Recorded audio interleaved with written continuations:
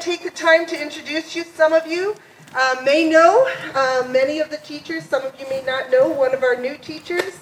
And so I'm just going to take a few minutes in case you don't know who they are. So we're going to start, of course, with our principal who teaches kindergarten, Ceci Sanchez over here. She's been with us for 3 years, starting a third year. Starting a third year, she's done a phenomenal job. And do you have anything that you want to say, just briefly about yourself or your classroom before we go on to the next teacher? Yes. I am super excited to be here this evening with you. It's interesting because I spend the day with my son and I don't see very many adults. Although I'm seeing you from far away, it's nice to be around adults, even if we are at a distance.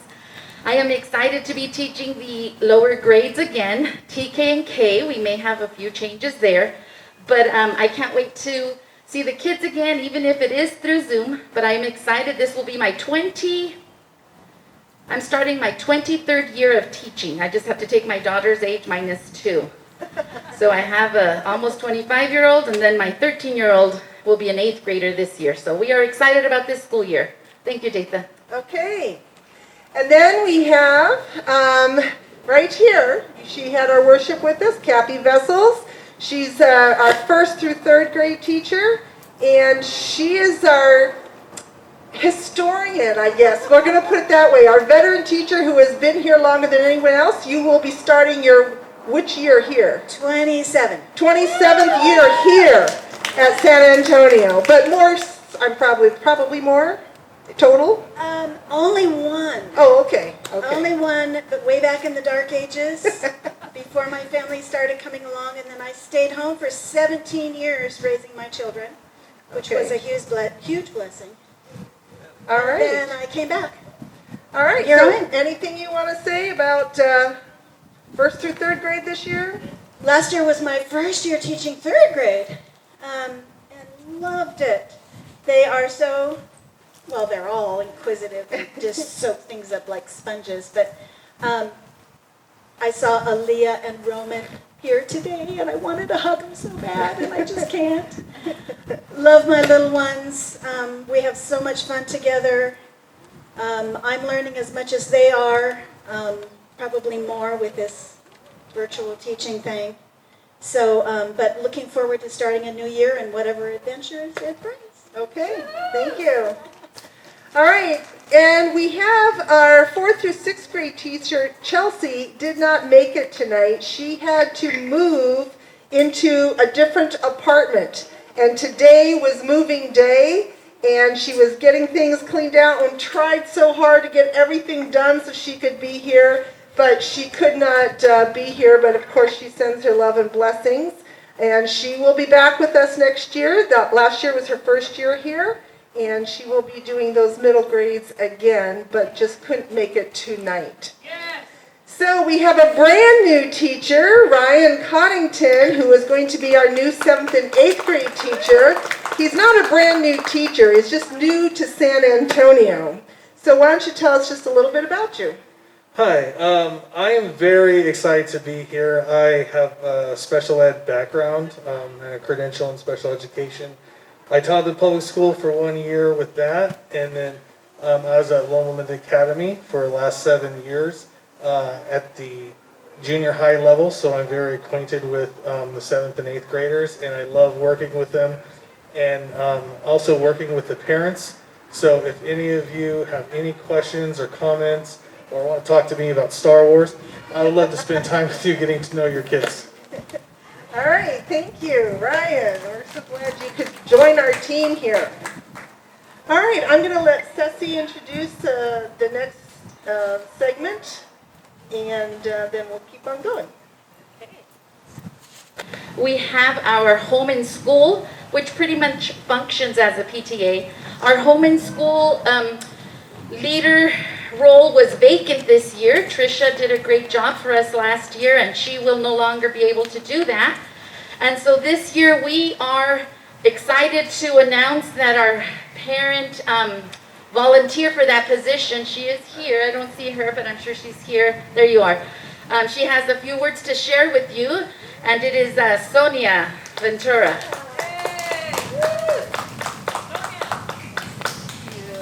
Hi everyone. So yes, this year I'm excited to take on the home and school portion of the school here, the program.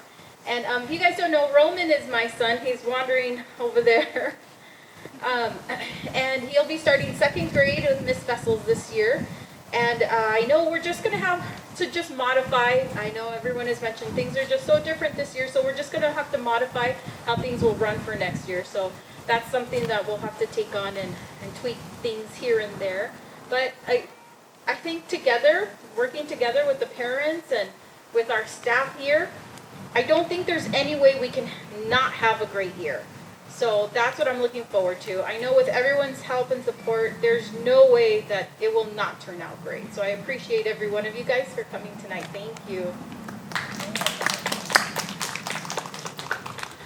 If you see Sonia coming around to you, please don't shy away from her. She is looking for a group of volunteers to join her on the home and school. So I know that she may approach some of you, and if you want to approach her, that would be even better, so that she doesn't have to be searching for some volunteers. Thank you. All right. Now we're going to get to the meat of our program. Dave, if you want to come back up. Okay.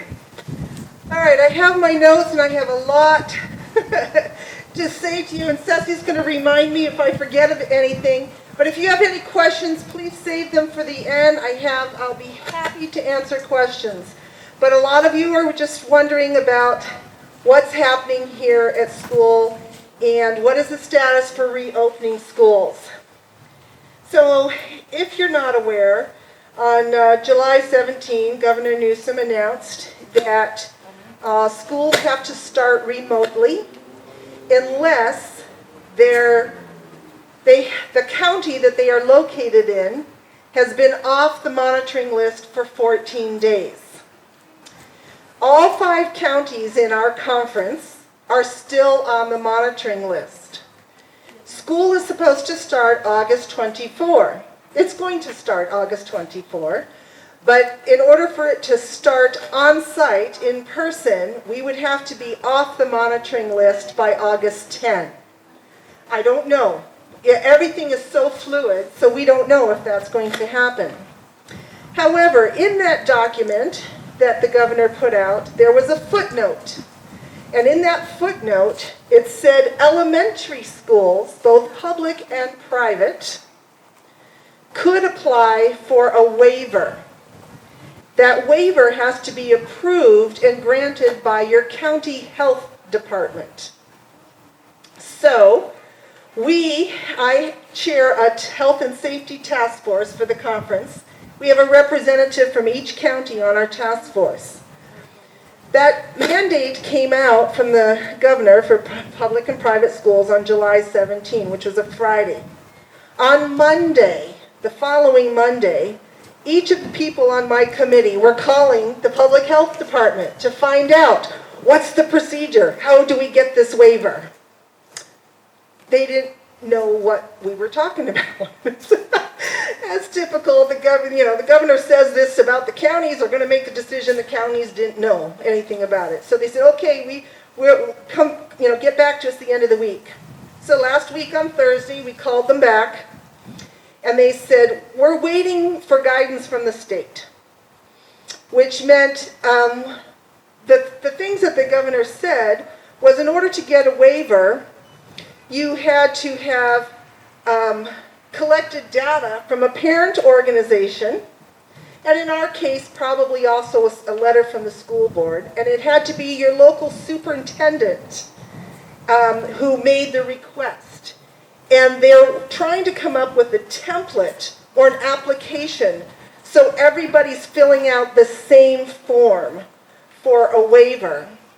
And so we called again Monday. We called the county again. We're working on it.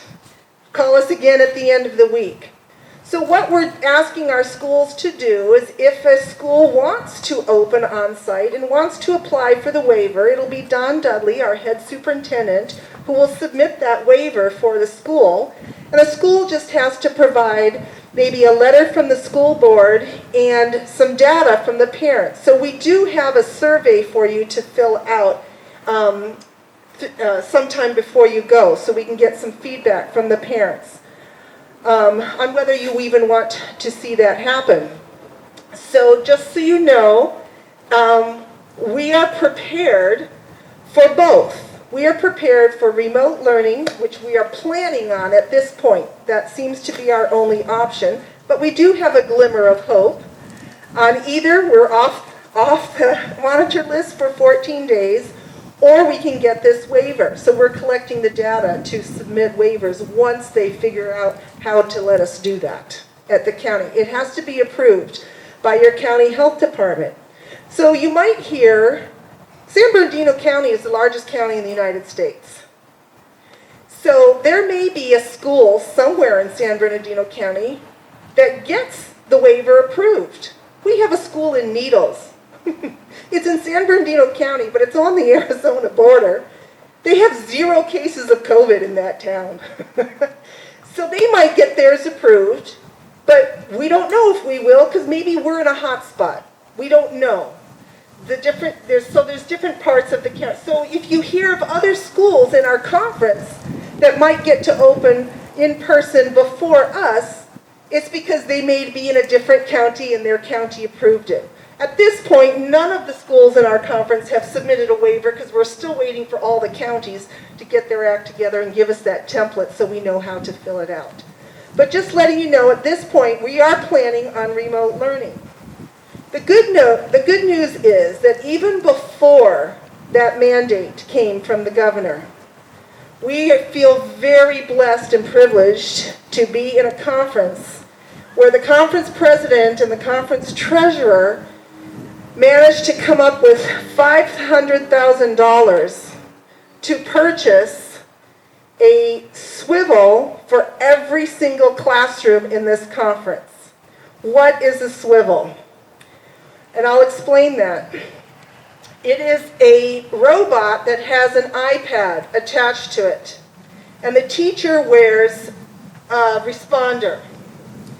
The reason we did this is because we know there are lots of parents out there who aren't sure. Is it safe to send my kids back? Do I want them back in face-to-face? And other parents who are like, let me drive by, open the door, and shove my kid out. You know, we have all ranges of parents out there, and we wanted the kids to have the exact same experience, whether they're there at home or in class. So with this swivel, the teachers are going to be required to come to school, to their classroom. They will be teaching from their classroom. With this swivel, if they have 2 or 3 students in their room and 8 or 9 at home, it doesn't matter. You will be given as a parent a swivel account that you log into, and it works with Zoom, and your student will have the exact same experience that the kid in the classroom is having. Now, because we have to start remotely, it will be as if you're all online. The teacher can see the students on the iPad. So if a student at home raises their hand or has a question, and the student in class does, everybody is seeing it. And as the teacher walks around the room, the swivel follows the teacher. The teacher does have the option of muting it so that they can address a student, and then unmuting it.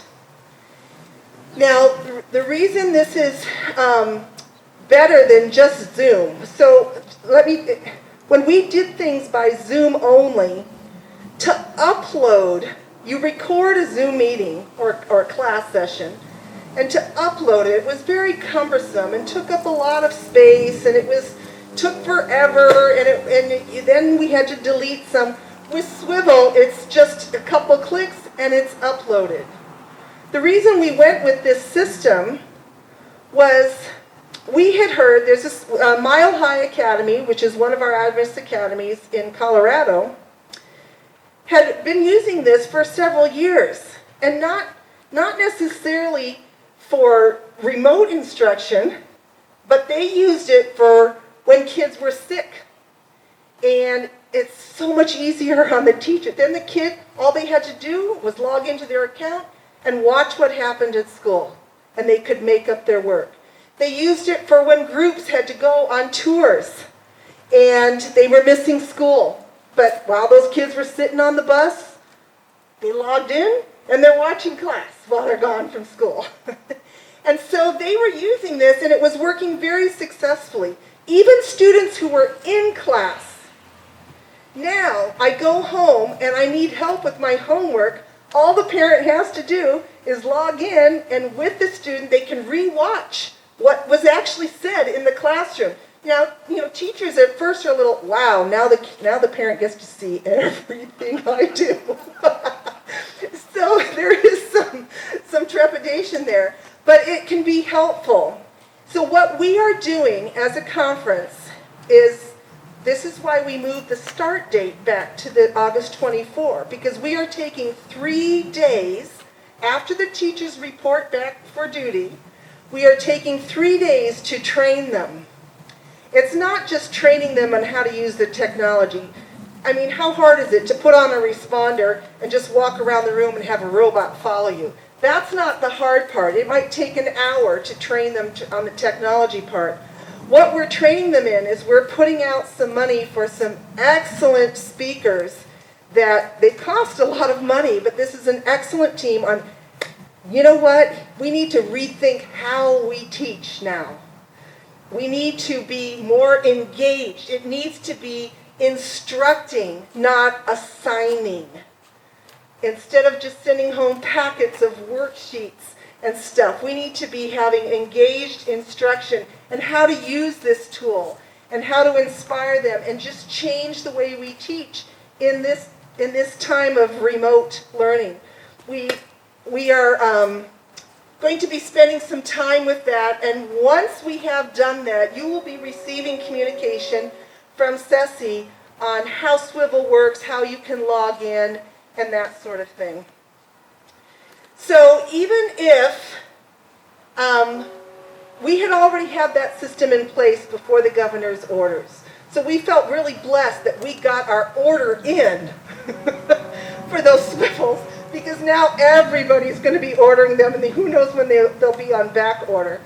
Talked to a teacher who goes teaching in a public school right now, and they're required to have 1 hour a day of engaged time with their students, and that's it. The rest of it is packets. Now we understand that there's going to be a variance of time depending on the grade level.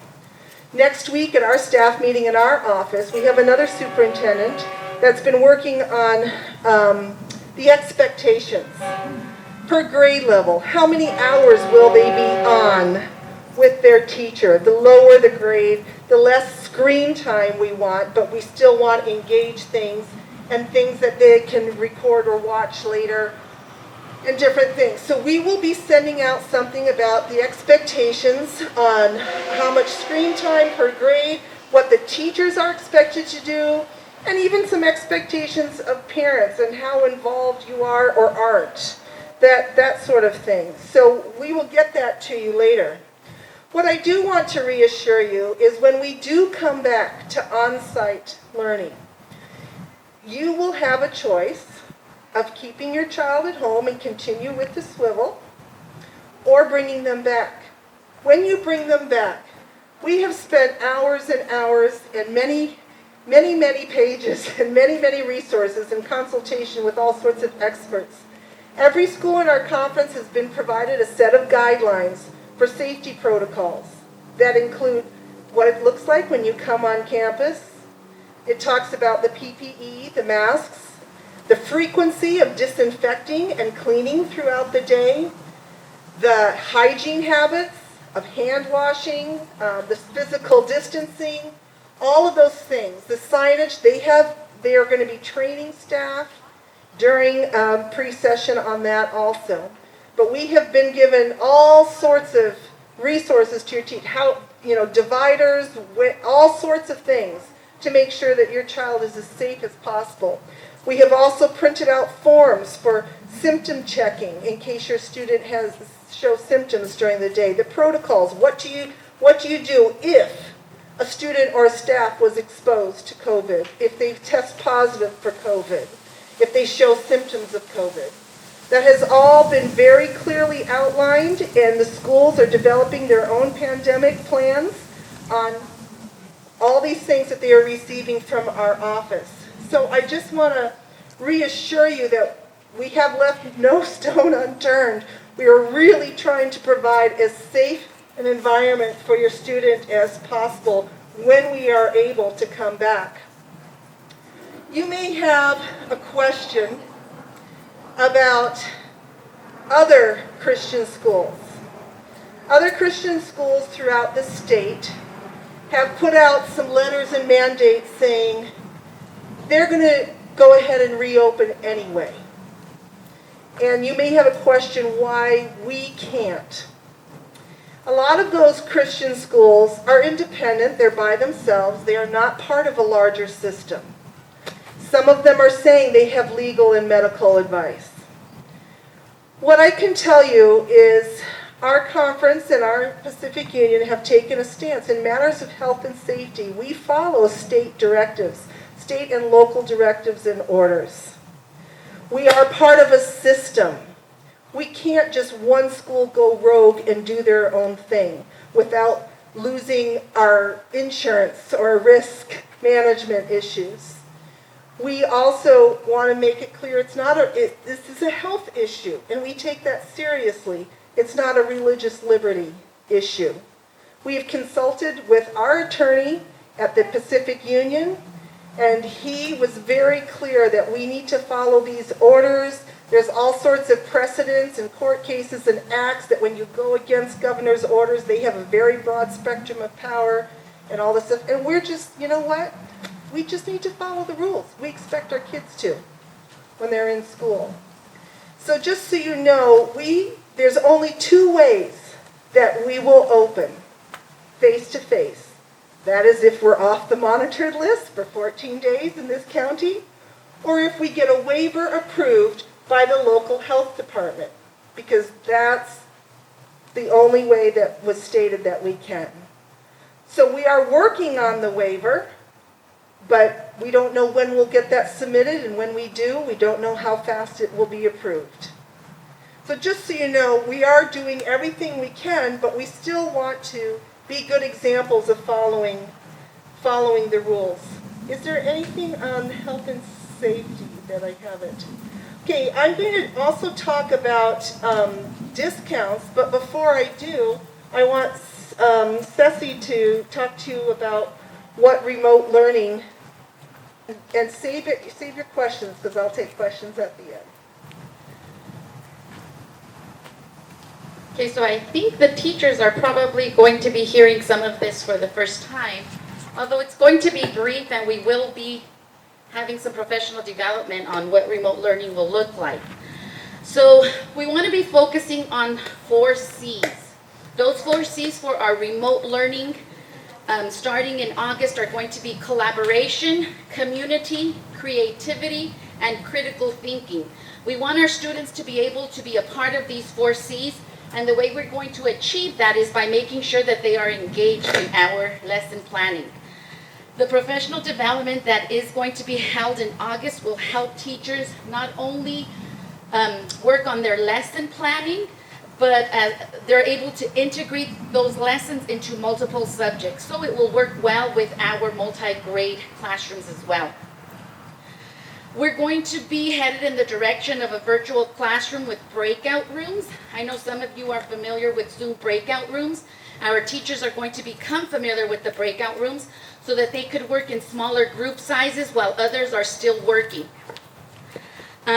We want you to be prepared for a 2 or 3 week period with low content in order to ensure that our students are engaged and understanding the new process.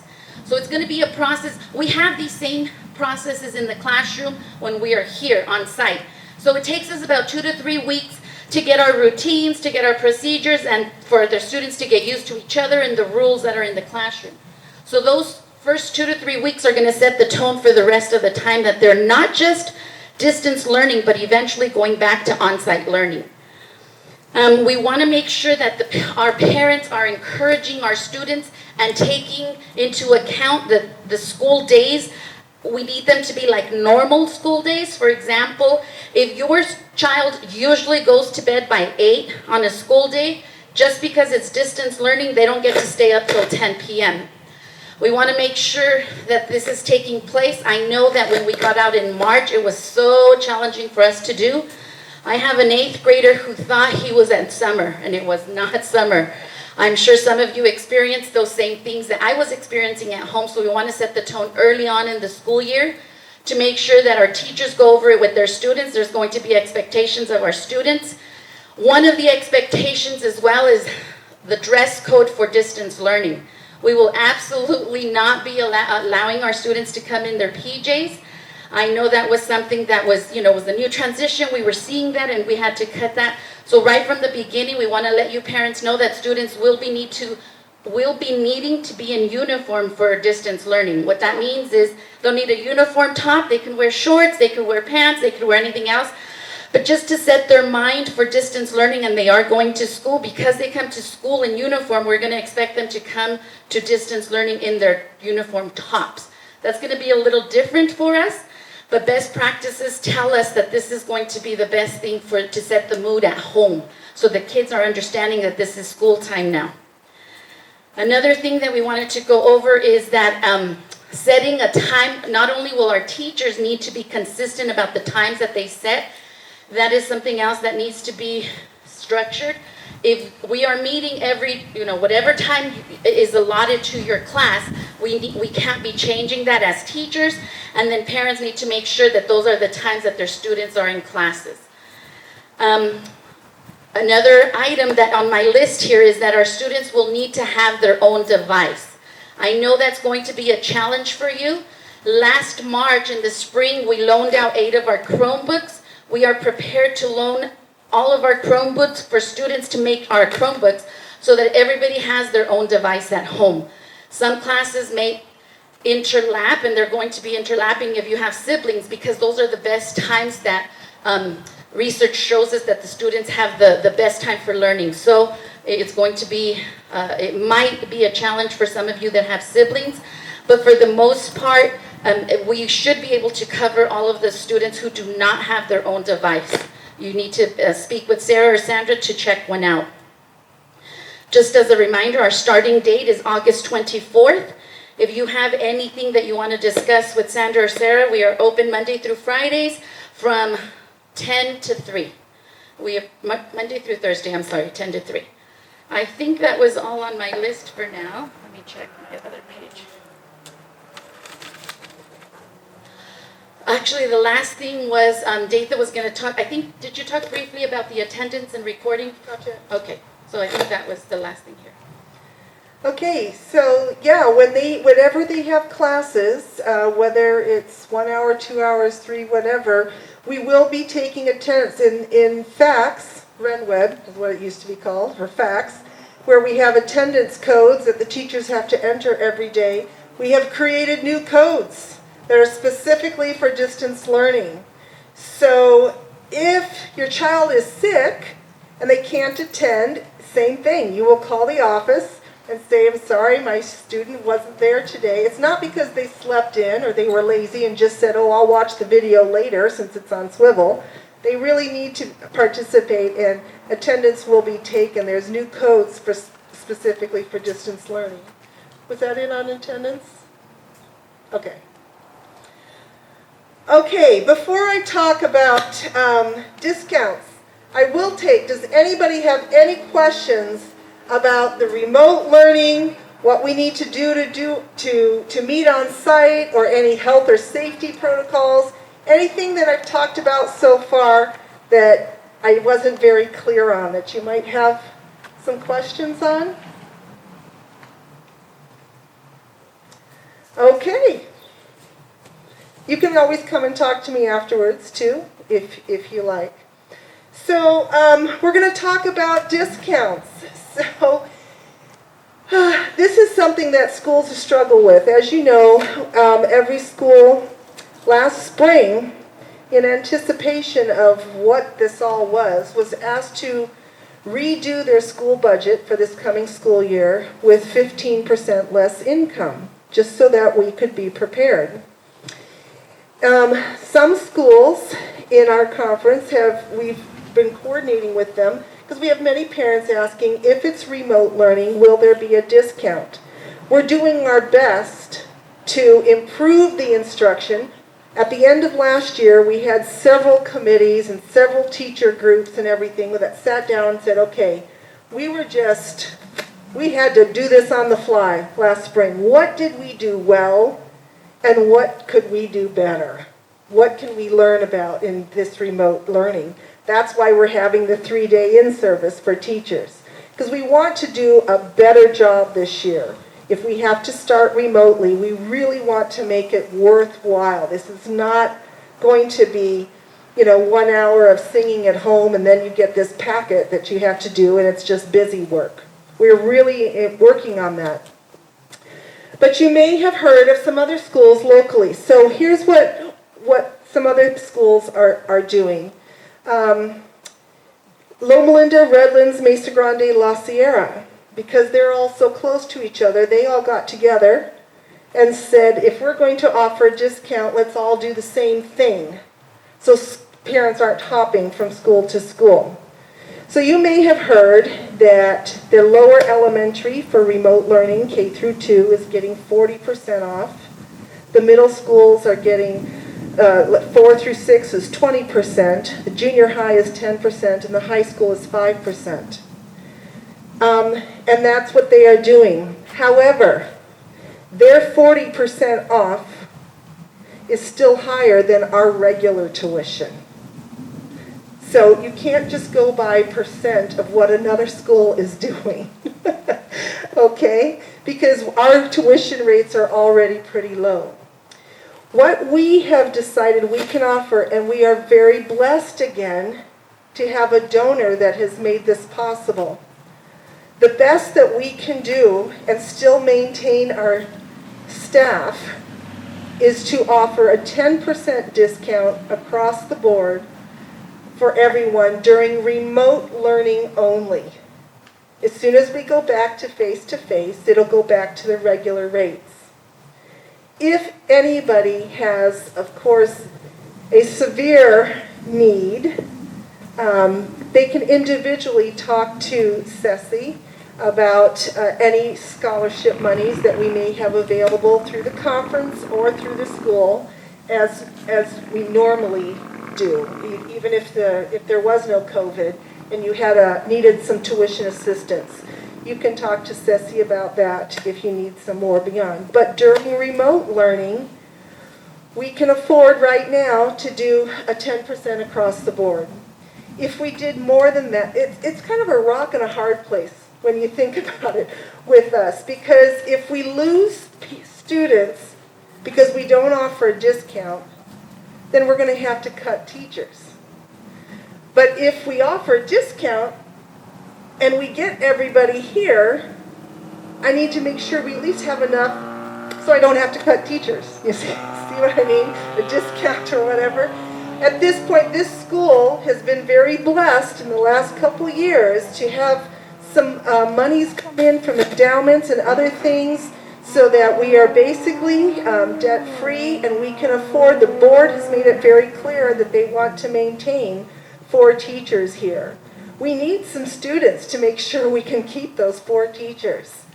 But I hope you understand that at this point, even if you compare us to other schools in the conference, our regular rate without a discount is still below some of the discounted rates that they are getting. So what we can do, the best we can do right now to still maintain our budget, is give you a 10%. I hope you can appreciate that we will do that as long as we are in remote learning. We will adjust your bills that you will be getting for that. And let me see on my list. And again, here's another thing. So some of you may say, I can afford to pay the full rate. I don't need the 10% off. I would like to donate. I'll pay the full rate, and the 10% off that I would normally get, I'd like to donate to help another family. we have started a new fund called Eagles Soar. So if you want to make a donation or you want to pay your full amount, we'll take 10% of that and put it into the Eagles Soar account so that maybe another family that needs a little extra can do that.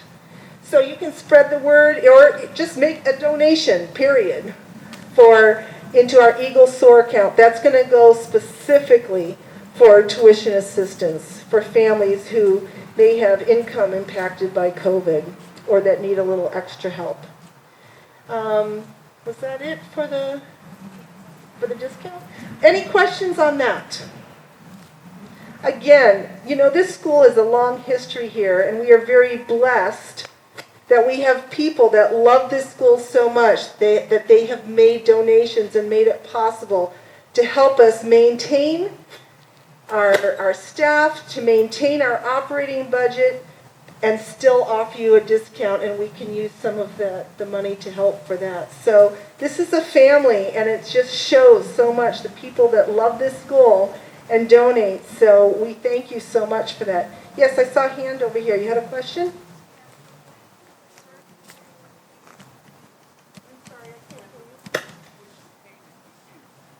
When would the first tuition payment be due? August, isn't it? Yes, August 10th.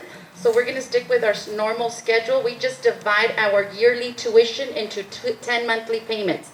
We have some families that were considering making 9 monthly payments instead of 10. Then we would just divide the tuition into 9 payments, giving you a little higher each month, but then you would only have the 9.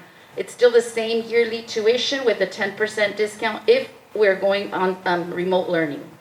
It goes August through May, and you don't have to make a payment June and July. Correct. Good question. Any other questions? Okay, we have the parent survey that we'll need to collect before the end. I know we're going to get to some fun stuff now. Make it worth your time coming, but before you leave, make sure we get those surveys back so that we can decide if we're going to apply for the waiver or not. And I will be here and stick around if anybody has any questions they'd like to ask me. I'd be happy to help.